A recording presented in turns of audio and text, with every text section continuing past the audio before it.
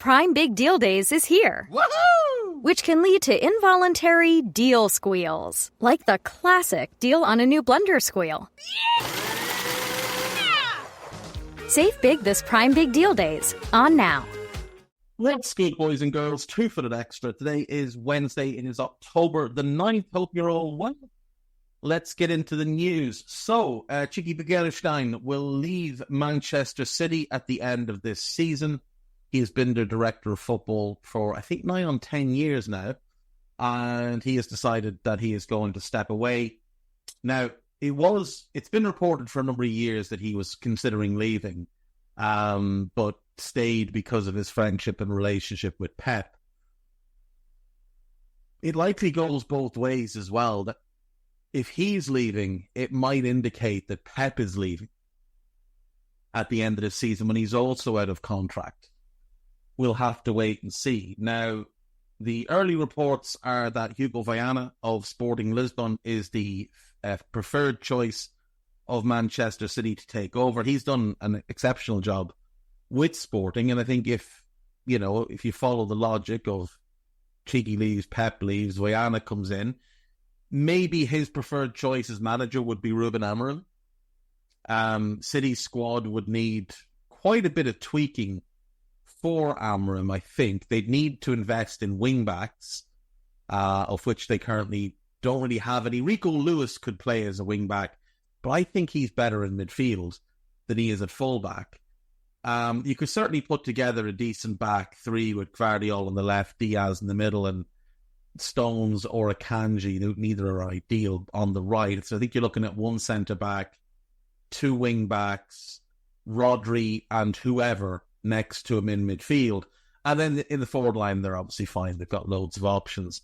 But the style of play is quite different to what Pep likes, and that would be a big alteration, and perhaps they'd lose the likes of Bernardo Silva. Seems likely they may lose KDB, who's also out of contract. And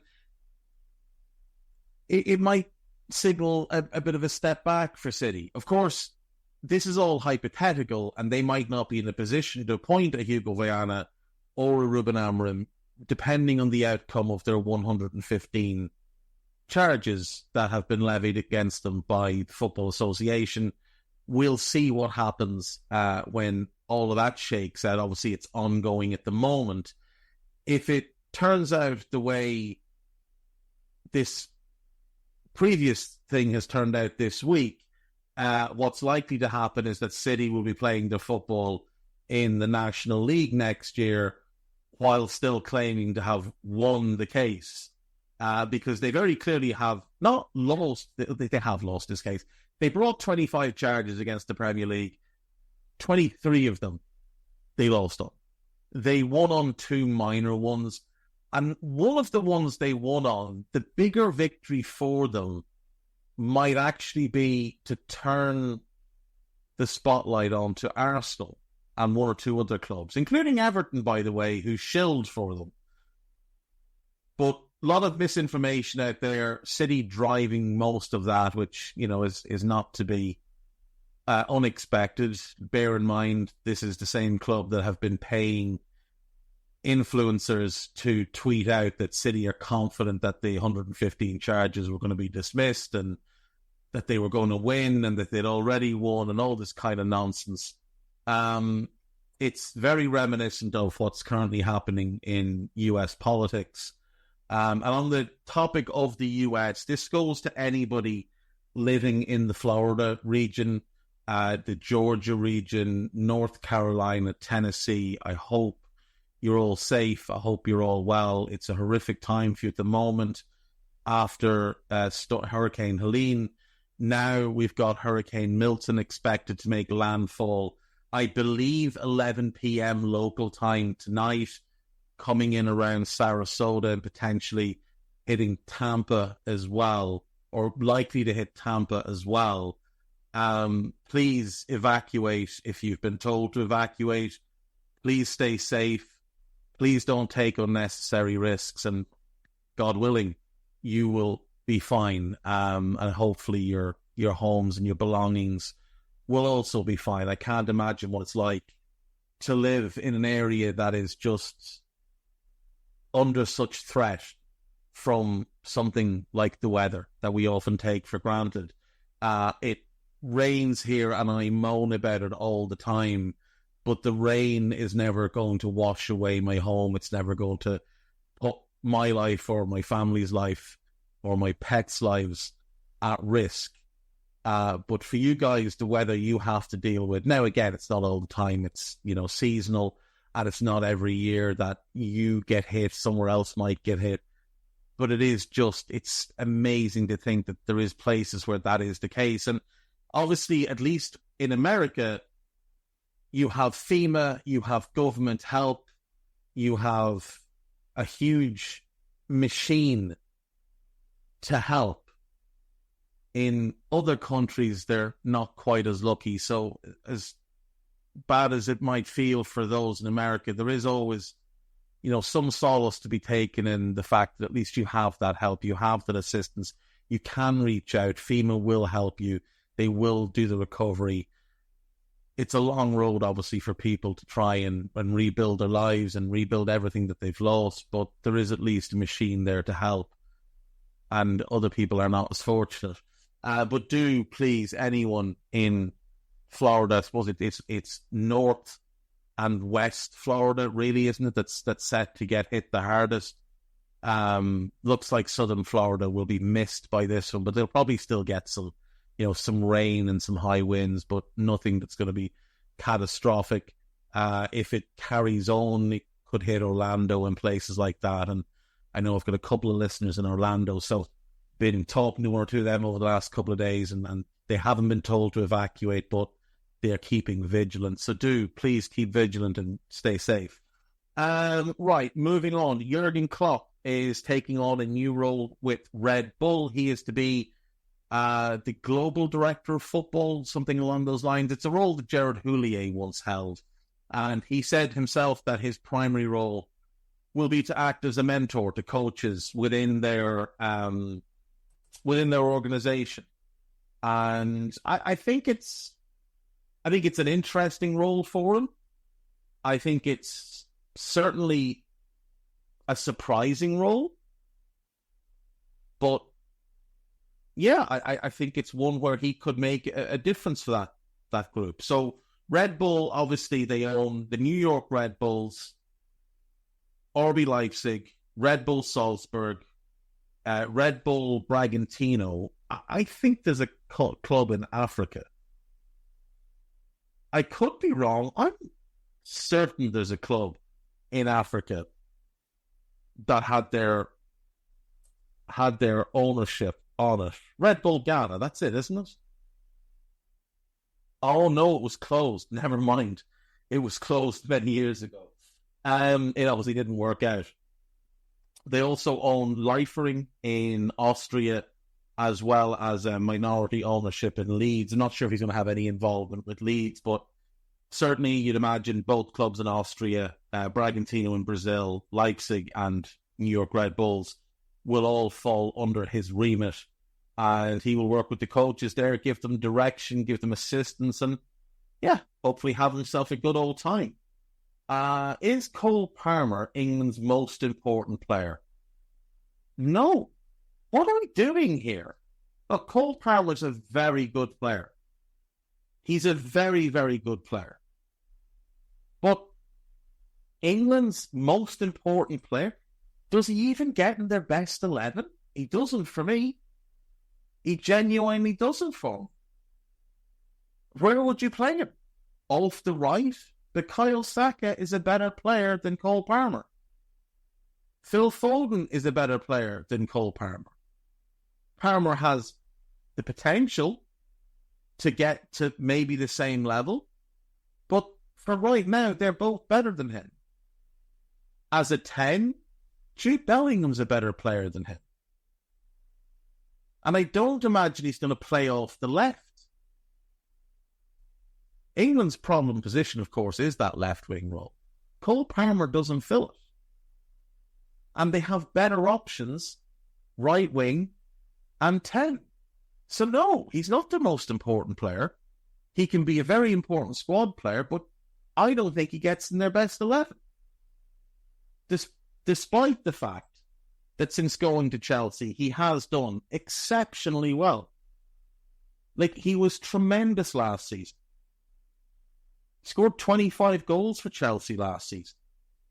Phil Foden won Footballer of the Year. Now, I don't think he should have won Footballer of the Year. I think that should have gone to Rodri. I think Foden at best was the third best player in the league, but he was the third best player in the league, potentially. Cole Palmer was not. Bukayo Saka also had a better season than him last year. Phil Foden and Bukayo Saka are key players for title contending teams. Cole Palmer is a key player for a team that maybe if things break their way, they might get lucky and sneak into fourth. That's the difference. Swap them out. Swap out Palmer for Foden. I don't think City win the league last year.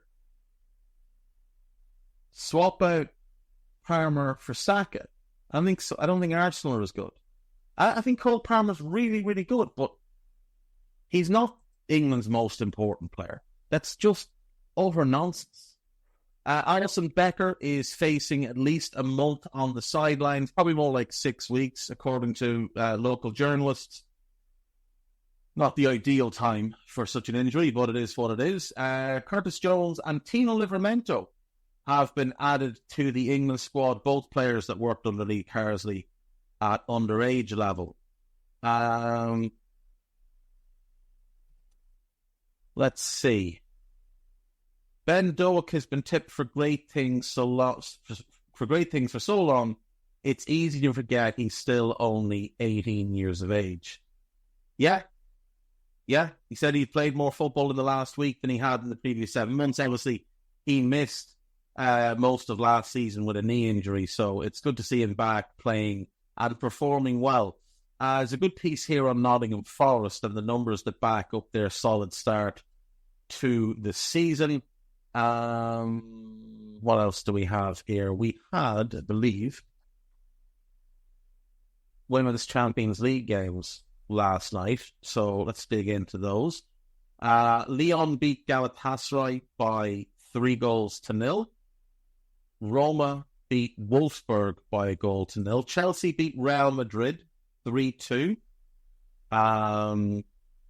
They were 2-0 up, got pulled back to 2-1, went 3-1 up, conceded a late goal. That seems comfortable enough.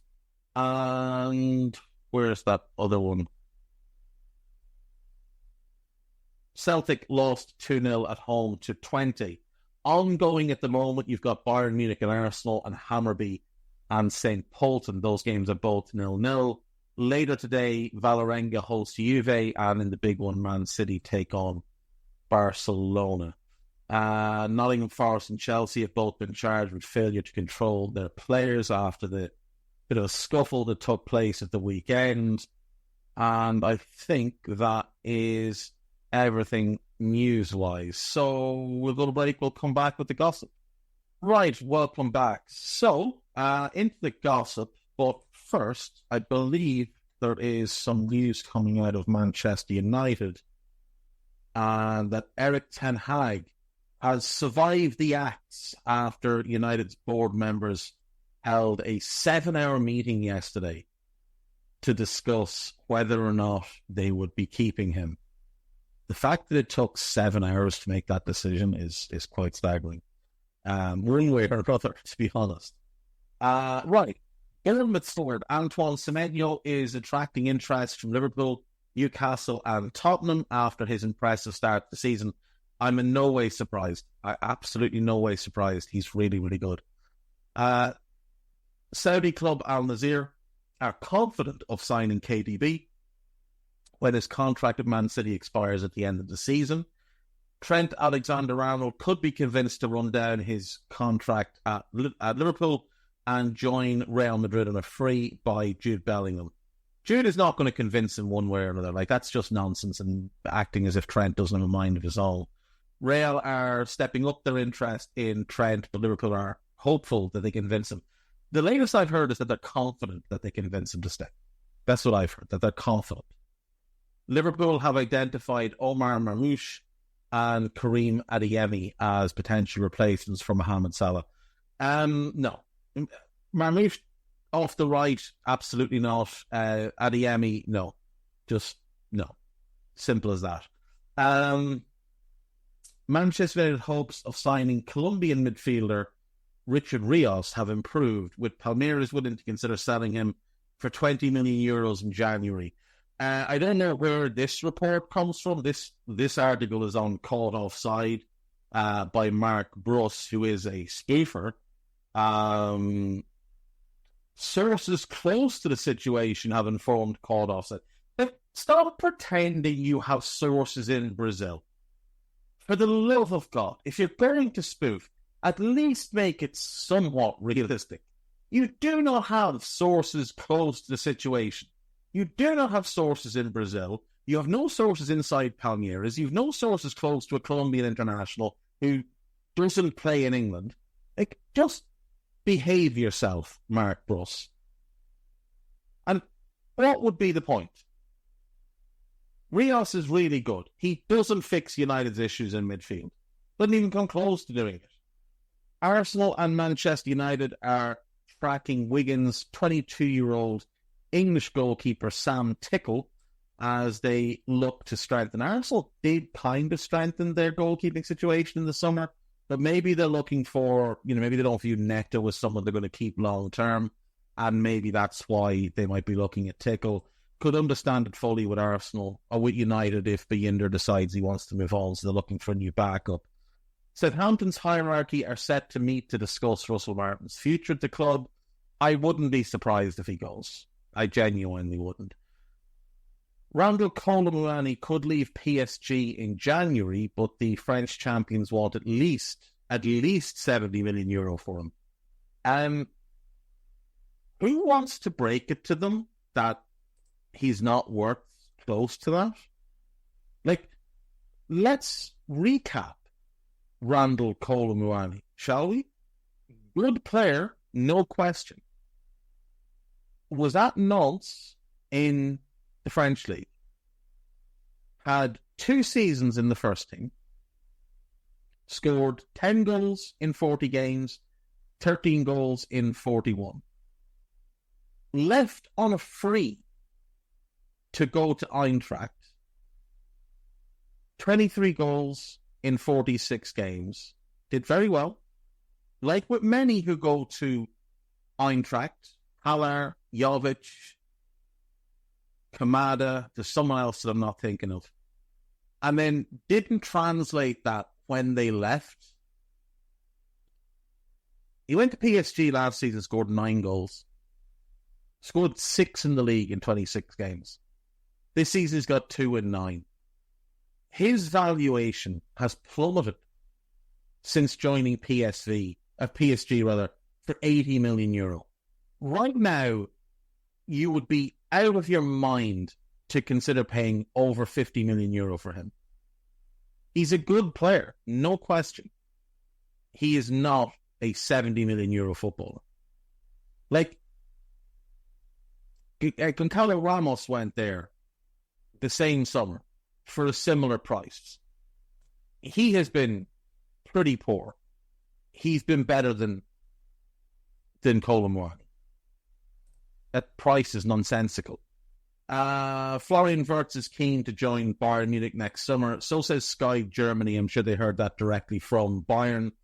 Newcastle are continuing to monitor Jonathan David as a potential January transfer target. And Hugo Viana is Manchester City's favourite candidate to replace Chicky Bergerstein. There we go, folks. That's all the news and gossip I have. I will see you all tomorrow. Take care of yourselves and stay safe. Bye-bye.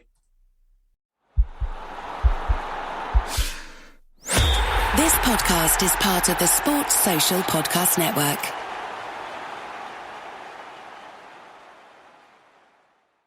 Imagínate escuchar tu canción favorita como si fuera la primera vez. Te presentamos el totalmente nuevo y reimaginado Nissan Kicks con sonido Bose Personal Plus y bocinas en la parte superior de los asientos para crear una experiencia 360. Jamás has escuchado algo así. Reimagina tu música y tu forma de manejar. Descubre el totalmente nuevo y reimaginado Nissan Kicks en nissanusa.com. Función disponible. Bose es una marca registrada de The Bose Corporation.